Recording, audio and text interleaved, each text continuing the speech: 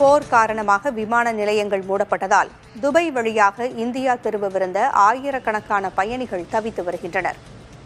துபாயின் முக்கிய விமான நிலையங்களில் விமான சேவைகள் அனைத்தும் நிறுத்தப்பட்டுள்ளன. இதனால் துபாய் சர்வதேச விமான நிலையம், அல் மக்தூம் சர்வதேச விமான நிலையத்தில் மத்திய கிழக்கின் பல்வேறு நாடுகளுக்கு செல்ல வேண்டிய ஆயிரக்கணக்கான பயணிகள் சிக்கியுள்ளனர்.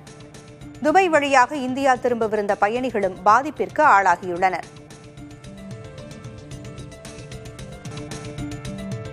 தங்க கடன்கள் ஆண்டுக்கு 128 விழுக்காடு அதிகரிப்பதாக ரிசர்வ் வங்கியின் தரவுகள் தெரிவிக்கின்றன. அதேபோல் நிலுவையில் உள்ள மொத்த தங்க கடன்கள் 4 லட்சம் கோடி ரூபாயை முதல் முறையாக தாண்டியுள்ளது. கடந்த ஜனவரி 31ஆம் தேதி நிலவரப்படி நிலுவையில் உள்ள தங்க கடன்கள் 4,517 கோடியாக உள்ளது. தங்க கடன்கள் பெறுவது அதிகரிப்பதற்கு அதன் விலை 2 ஆண்டுகளில் 152% உயர்ந்திருப்பது முக்கிய காரணமாக கூறப்படுகிறது.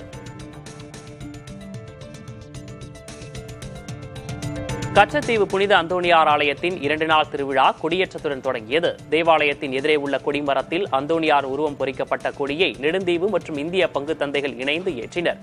இந்நிகழ்ச்சியில் இந்தியா மற்றும் இலங்கையைச் சேர்ந்த 7000க்கும் மேற்பட்டோர் கலந்து கொண்டனர்.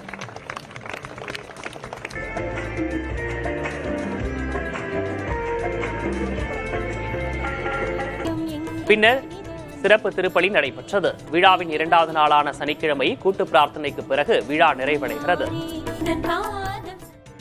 உத்தரப்பிரதேச மாநிலம் பிருந்தாவனத்தில் மார்ச் 4ஆம் தேதி கொண்டாடப்பட உள்ள ஹோலி பண்டிகையை முன்னிட்டு ஸ்ரீ கிருஷ்ணா ஜென்மஸ்தனத்தில் பூலோன் கி ஹோலி எனப்படும் மலர்களால் விளையாடும் ஹோலி கோலாகலமாக தொடங்கியது. வண்ணப் பொடிகளுக்கு பதிலாக பல டன் கணக்கிலான மலர்களை ஒருவர் மீது ஒருவர் தூவி பக்தர்கள் உற்சாகமாக கொண்டாடி வருகின்றனர். மேலும் இந்த விழாவில் கண்ணனின் பாடல்களுக்கு ஏற்ப ஆடியும் பாடியும் தங்கள் பக்தியை வெளிப்படுத்தி வருகின்றனர். இதற்காக நாட்டின் பல்வேறு பகுதிகளிலிருந்து ஆயிரக்கணக்கான சுற்றுலா பயணிகள் மதுராவில் குவிந்துள்ளதால் அப்பகுதியே விழா கோலம் பூண்டுள்ளது. திமுக கூட்டணியில் இந்திய யூனியன் முஸ்லீம் லீக் கட்சிக்கு 2 தொகுதிகள் ஒதுக்கீடு செய்யப்பட்டு அதற்கான ஒப்பந்தம் முதல்வர் மு.க. ஸ்டாலின் முன்னிலையில் கையெழுத்தானது.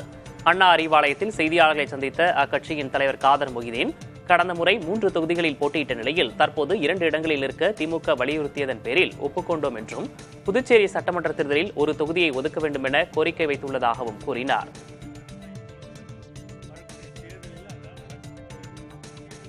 இரண்டு தொகுதிகளை நீங்கள் பெற்றுக்கொள்ளுங்கள் என்று சொன்னாங்க.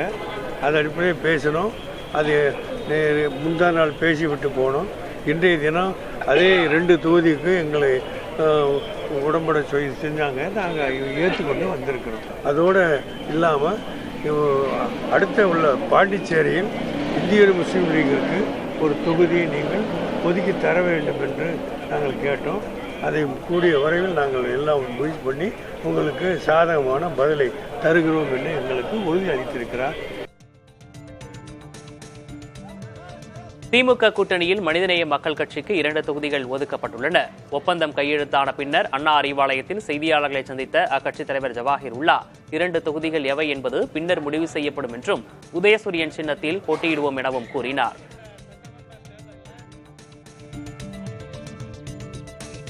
வருகின்ற சட்டமன்ற தேர்தலில் மனிதநேய மக்கள் கட்சி திராவிட முன்னேற்ற கழகத்தின் கூட்டணியில் 2 தொகுதிகளில் போட்டியிடும் என்று உடன்பாடு காணப்பட்டிருக்கிறது. இன்றைக்கு தொகுதிகளுடைய எண்ணிக்கை மட்டும்தான் முடிவு செய்யப்பட்டிருக்கிறது. அடுத்த கட்ட பேச்சுவார்த்தைகளில் எந்த தொகுதியில் மனிதநேய மக்கள் கட்சி போட்டியிடும் என்பது குறித்து முடிவு எட்டப்படும். இந்த தேர்தலில் மட்டும் நாங்கள் உதயசூரியன் சின்னத்தில் போட்டியிடுவோம். காங்கிரஸ் கட்சியினர் ஒரே அணியாக செயல்படவில்லை என்றால் கடும் விளைவுகளை சந்திக்க நேரிடும் என அக்கட்சியின் மூத்த தலைவரான ராகுல் காந்தி எச்சரித்துள்ளார். பஞ்சாபில் நடந்த கட்சி கூட்டத்தில் உரையாற்றிய ராகுல் காந்தி, கூட்டு முயற்சியால் மட்டுமே வெற்றி பெற முடியும் எனவும் குழுவாக செயல்படவில்லை எனில் தனித்துவிடப்படுவீர்கள் என்றும் அறிவுறுத்தினார். கட்சியை விட பெரியவர்கள் யாரும் இல்லை என்பதை காங்கிரசார் உணர வேண்டும் என கூறியுள்ள ராகுல் காந்தி, எவ்வளவு பெரிய தலைவராக இருந்தாலும் கட்டுப்படவில்லை என்றால் கார்கேவும் தாமும் கட்டுப்படுத்துவோம் என மிரட்டும் துணியில் எச்சரித்துள்ளார். காங்கிரஸ் கட்சியின் உண்மையான பலமே அடிமட்ட தொண்டர்கள்தான் என்றும் அவர் தெரிவித்துள்ளார். பல மாநிலங்களில் காங்கிரஸ் கட்சிக்குள் மோதல் நிலவும் நிலையில் ராகுல் காந்தியின் இந்த எச்சரிக்கை பேச்சு கவனம் பெற்றுள்ளது. சென்னையில் 2ஆம் கட்ட மெட்ரோ திட்டத்தின் ஒரு பகுதியாக பூவிருந்தவல்லி வடபழனி இடையே மெட்ரோ ரயில் இயக்குவதற்கு அனுமதி வழங்கப்பட்டுள்ளது. முன்னதாக 90 கிலோமீட்டர் வேகத்தில் ஓட்டுநர் இல்லாத ரயில் சோதனை ஓட்டம் வெற்றிகரமாக நடத்தப்பட்டு சான்றிதழ் பெறப்பட்டது. ரயில்வே பாதுகாப்பு ஆணையர் AM சௌத்ரி அனுமதி வழங்கியுள்ள நிலையில் பொதுமக்களின் பயன்பாட்டிற்காக ஆளில்லா மெட்ரோ ரயில் சேவை விரைவில் தொடங்கப்பட உள்ளது. இது சென்னை போக்குவரத்து நெரிசலை பெருமளவு குறைக்கும் என எதிர்பார்க்கப்படுகிறது. தென் அமெரிக்க நாடான பெருவில் சோட்டா என்ற பகுதியில் பெய்த பெருமழையால் மண் சரிவு ஏற்பட்டது. மலையிலிருந்து மண் சரிந்து சேறு சகதி பாறைகளுடன் அடித்துச் சென்றது. அதிர்ச்சிகரமான இக்காட்சியை உள்ளூர் மக்கள் கேமராவில் படம் பிடித்துள்ளனர். மண் சரிவுகள் அதிகரித்துள்ளதால் வயல்கள் நாசமாக தங்கள் வாழ்வாதாரம் பாதிக்கப்படுமோ என்று அப்பகுதி விவசாயிகள் அச்சத்தில் உள்ளனர்.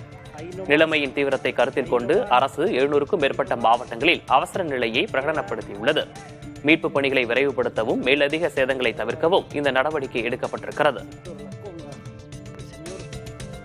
Segundo que la vivienda está acá, será a unos 5 metros.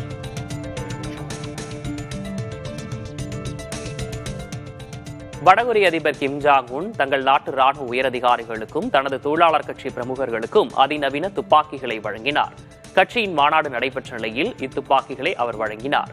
கட்சி பிரமுகர்கள் மீதும் ராணுவ உயரதிகாரிகள் மீதும் அதிபர் வைத்துள்ள நம்பிக்கையை உணர்த்தும் விதமாக துப்பாக்கிகள் வழங்கப்பட்டுள்ளதாக வடகொரிய அரசு செய்தி நிறுவனம் தெரிவித்துள்ளது. புதிய துப்பாக்கியால் அதிபர் கிம் ஜாங் உன்னும் அதை வாங்கியவர்களும் சுட்டு பார்த்தனர். உண்மையான ஆன்மீகவாதிகள் விரும்பும் அரசுதான் திராவிட மாடல் அரசு என முதல்வர் மு.க. ஸ்டாலின் தெரிவித்துள்ளார். இந்து சமய அறநிலையத்துறை சார்பில் சென்னை மயிலாப்பூரில் நடைபெற்ற கிராம கோயில் பூசாரிகள் மாநாட்டில் முதல்வர் மு.க. ஸ்டாலின் உரையாற்றினார்.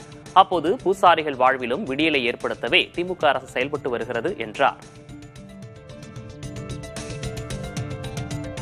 உண்மையான ஆன்மீக அன்பர்களும்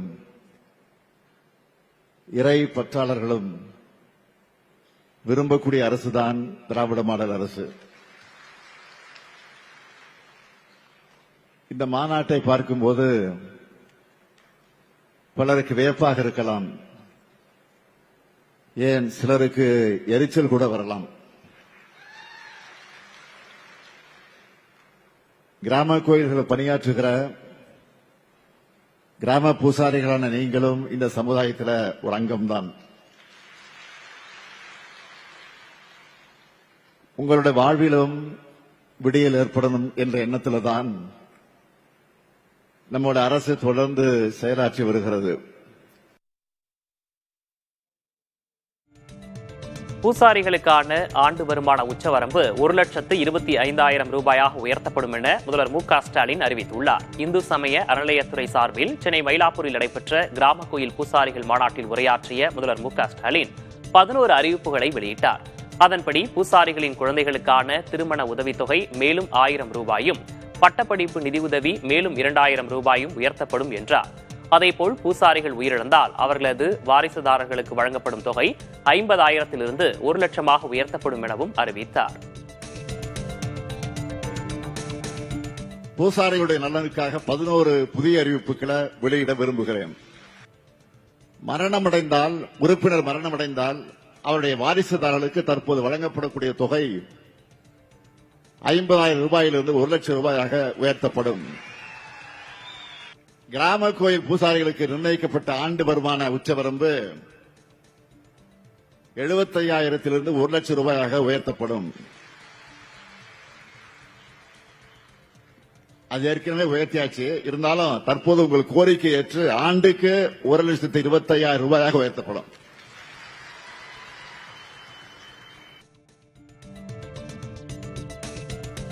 காங்கிரஸ் கட்சிக்கு ஒரு ராஜ்யசபா சீட் தருவதாக முதல்வர் மு.க. ஸ்டாலின் கூறியுள்ளதாக அக்கட்சியின் மாநில தலைவர் செல்வபெருந்தகை தெரிவித்துள்ளார். சென்னை அண்ணா அறிவாலயத்தில் திமுகவுடன் பேச்சுவார்த்தை நடத்திய பின் செய்தியாளர்களை சந்தித்த செல்வபெருந்தகை தங்களது கோரிக்கைகளையும் தொகுதிகள் விருப்பப்பட்டியலையும் திமுக தேர்தல் குழுவினரிடம் கொடுத்திருப்பதாகவும் பேச்சுவார்த்தை திருப்தியாக சென்று கொண்டிருப்பதாகவும் கூறினார். எங்களுக்கு என்ன தேவையோ அதை நாங்கள் கேட்டிருக்கிறோம். அவர்களும் பரிசீலிப்பதாக சொல்லியிருக்கிறார்கள். மாண்புமிகு முதலமைச்சர் அவர்களிடம் கலந்து ஆலோசிப்பதாகவும் சொல்லியிருக்கிறார்கள். பேச்சுவார்த்தை சுமூகமாகவும் வெற்றிகரமாகவும் நம்பிக்கையோடும் சென்று கொண்டிருக்கிறது. ராஜ்யசபா ஏற்கனவே மாண்புமிகு முதலமைச்சர் ஒரு சீட்டு கொடுப்பதாக கூறியிருக்கிறார். தவேகாவுடன் காங்கிரஸ் கூட்டணி பேச்சு என்பது வதந்தி என அக்கட்சியின் மாநில தலைவர் செல்லப்பெருந்தகை திட்டவட்டமாக தெரிவித்துள்ளார். சென்னை அண்ணா அறிவாலயத்தில் செய்தியாளர்களிடம் பேசிய அவர் காங்கிரஸ் திமுக கூட்டணி உறுதி எனவும் விளக்கம் அளித்தார். நாங்கள் திராவிட முன்னேற்ற கழகத்தோடு தான் பேச்சுவார்த்தை நடத்தி கொண்டிருக்கிறோம். அவர் என்ன சொன்னாரு? ஒரு பொலிட்டிக்கல் பார்ட்டினா எல்லோரும் வந்து பேசுவாங்க, எல்லாம் பேசுவாங்கன்னு சொன்னார். நாங்க இங்க பேசணும் அங்க பேசணும்னு சொன்னாரா? எந்த இடத்திலையும் எங்களுடைய அகில இந்திய பொறுப்பாளர் திரு கிரீஷ் சோடங்கர்ஜி இந்த தகவலை சொல்லவில்லை. எங்க ஹைகமாண்ட் ராகுல் காந்தி, மல்லிகார்ஜுன கார்கே எல்லோரும் சொன்னதெல்லாம் திராவிட முன்னேற்ற கழகத்தோடு பேசுங்கன்னு தான் சொல்லியிருக்காங்க. திமுகவுடனான தொகுதி பேச்சுவார்த்தை சுமூகமாக நடைபெற்று வருவதாகவும் தங்கள் தரப்பு தொகுதி எண்ணிக்கையை முன்வைத்துள்ளோம் என்றும் ஓரிரு நாட்களில் முடிவு எட்டப்படும் என்றும் காங்கிரஸ் மேலிட பொறுப்பாளர் கிரீஷ் சோடங்கர் தெரிவித்துள்ளார்.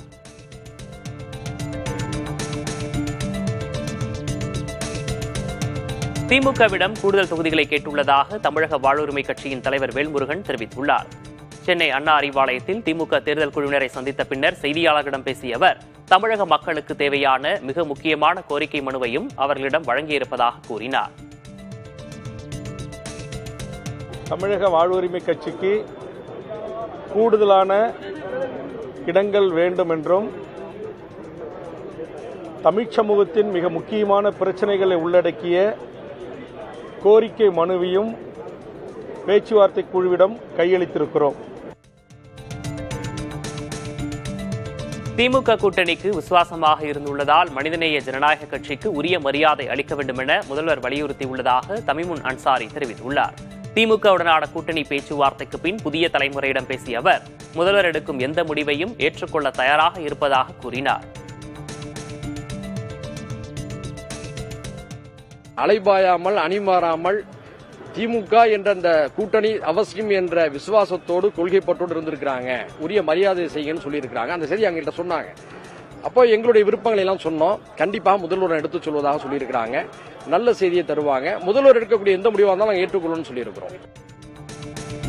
திமுக கூட்டணியில் இணைந்துள்ள 5 சிறு கட்சிகள் உதயசூரியன் சின்னத்தில் போட்டியிட உள்ளதாக தகவல் வெளியாகியுள்ளது. தமிழக வாழ்வுரிமை, SDPI, பாஜக, முக்குளத்தூர் புலிப்படை, கொங்கு இளைஞர் பேரவை ஆகிய கட்சிகள் திமுகவுடன் தொகுதி பங்கீடு பேச்சுவார்த்தையில் ஈடுபட்டன.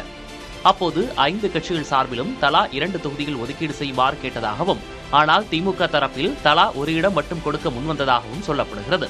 இந்நிலையில் நடிகர் கருணாசி முக்குளத்தூர் புலிப்படை மட்டும் ஒரு தொகுதியில் போட்டியிட சம்மதம் தெரிவித்துள்ளதாக தெரிகிறது.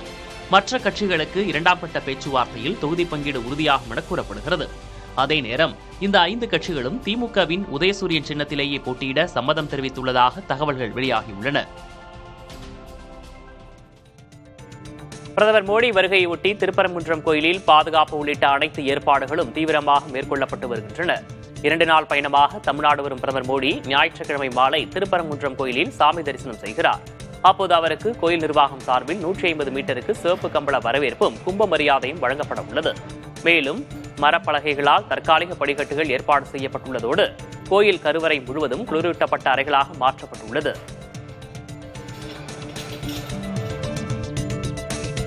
தமிழ்நாடு வரும் பிரதமர் மோடியை அதிமுக பொதுச் செயலர் எடப்பாடி கே பழனிசாமி இன்றிரவு சந்திக்க உள்ளதாக தகவல் வெளியாகியுள்ளது. இரவு 8:30 மணிக்கு சென்னை வந்தடையும் பிரதமரை அதிமுக பொதுச் செயலர் எடப்பாடி கே பழனிசாமி உள்ளிட்ட அக்கட்சியின் மூத்த தலைவர்கள் விமான நிலையம் சென்று வரவேற்க உள்ளனர். அதன் பின்னர் இரவு ஆளுநர் மாளிகையில் தங்கவுள்ள பிரதமர் மோடியை சந்திக்கும் எடப்பாடி கே பழனிசாமி தொகுதி பங்கீட்டை இறுதி செய்வது தொடர்பாக ஆலோசனை நடத்த உள்ளதாக சொல்லப்படுகிறது. அதேபோல் மதுரை பொதுக்கூட்டத்திற்கும் பங்கேற்க வரும் மத்திய அமைச்சர் பியூஷ் கோயலையும் எடப்பாடி பழனிசாமி மதுரையில் வைத்து சந்திக்க உள்ளார்.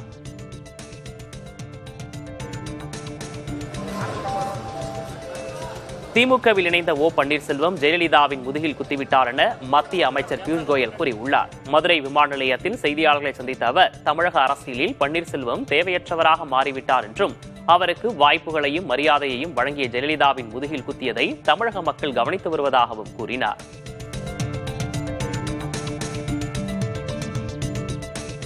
Every party, every leader has a right to choose his friends. But we have all seen how irrelevant he had become in the Tamil politics.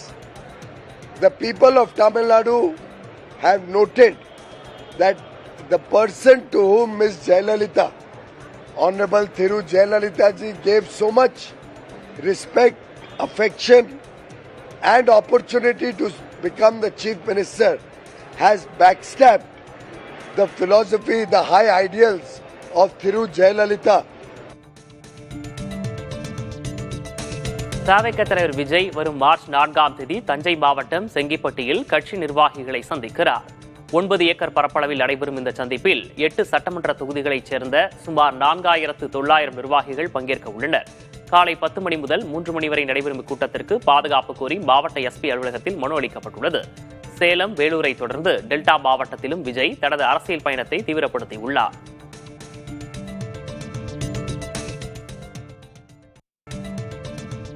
பதினான்கு வயது சிறுமிகளுக்கான நாடு தழுவிய HPV தடுப்பூசி இயக்கத்தை ராஜஸ்தான் மாநிலம் அஜ்மீரில் பிரதமர் நரேந்திர மோடி தொடங்கி வைத்தார். கருப்பை வாய் புற்றுநோயை தடுக்கும் நோக்கில் மத்திய அரசால் கொண்டுவரப்பட்டுள்ள இந்த திட்டத்தின் கீழ் நாடு முழுவதும் உள்ள 14 வயது சிறுமிகளுக்கு கார்டசில் 4 என்ற தடுப்பூசி அரசு மருத்துவமனைகள் மற்றும் ஆரம்ப சுகாதார நிலையங்களில் இலவசமாக போடப்படும். நாடு தழுவிய இந்த தடுப்பூசி திட்டம் மூலம் ஆண்டுதோறும் சுமார் 1.5 கோடி சிறுமிகள் கருப்பை வாய் புற்றுநோய் ஆபத்திலிருந்து பாதுகாக்கப்படுவார்கள் என்று எதிர்பார்க்கப்படுகிறது.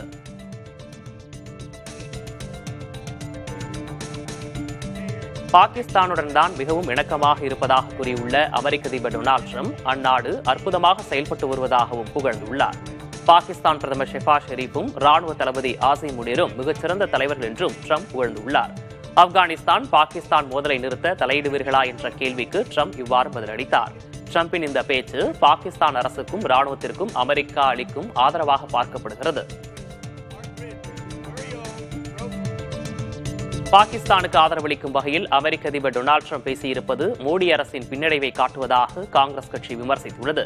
பஹல்காம் தாக்குதலுக்கு காரணமான நபர்களை ட்ரம்ப் பாராட்டியிருந்தது பிரதமர் மோடியின் அணைப்பு அரசியலுக்கு மற்றும் ஒரு அடி என காங்கிரஸ் பொதுச் செயலாளர் ஜெய்ராம் ரமேஷ் எக்ஸ் தளத்தில் பதிவிட்டுள்ளார்.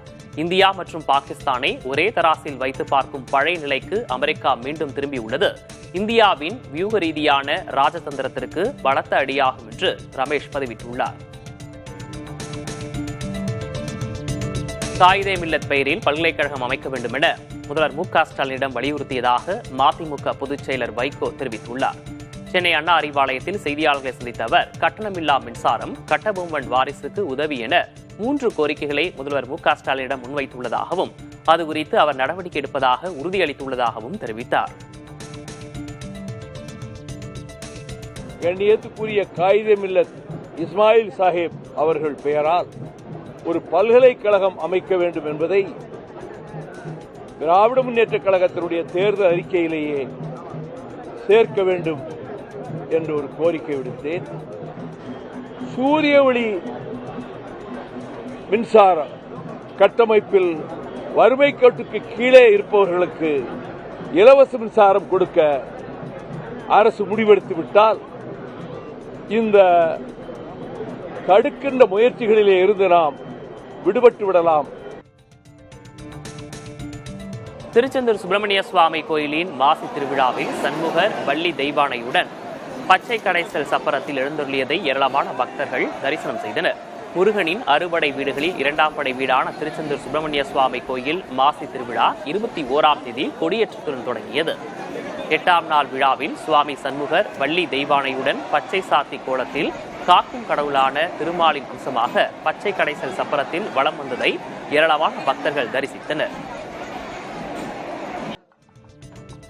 திருச்சி ஸ்ரீரங்கம் ரங்கநாதர் ஆலயத்தில் 9 நாட்கள் நடைபெற்ற மாசி தெப்பத் திருவிழா நிறைவடைந்தது. முன்னதாக மூலஸ்தானத்திலிருந்து பல்லக்கில் புறப்பட்டு தெப்பக்குளம் ஆஸ்தான மண்டபம் வந்தடைந்த நம்பெருமாள் ஒற்றை பிரபை வாகனத்தில் தீப்பந்தங்கள் சூழ மேளதாளங்கள் முழங்க சித்திரை வீதிகளில் உலா வந்து பக்தர்களுக்கு காட்சியளித்தார். இந்த கண்கொள்ளா அந்த காட்சியை திரளான பக்தர்கள் கண்டு தரிசித்தனர்.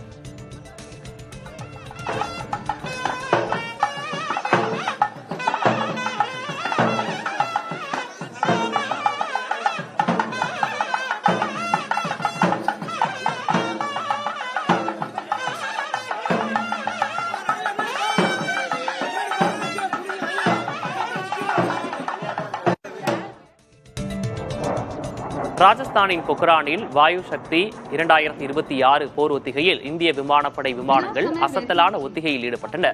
பாகிஸ்தானுக்கு எதிராக ஆபரேஷன் சிந்தூர் நடவடிக்கையின் உத்திகளை அடிப்படையாக கொண்டு இந்த ஒத்திகை நடைபெற்றது. ஒத்திகையின் போது பகல் வெளிச்சம், அந்தி பொழுது மற்றும் அடர்ந்த இருள் என அனைத்து சூழல்களிலும் இலக்குகளை துல்லியமாக தாக்கும் திறனை விமானப்படை நிரூபித்தது. ஹெலிகாப்டர் உள்ளிட்ட உள்நாடு மற்றும் வெளிநாட்டில் தயாரிக்கப்பட்ட போர் விமானங்கள் ஒத்திகையில் பங்கேற்றனர்.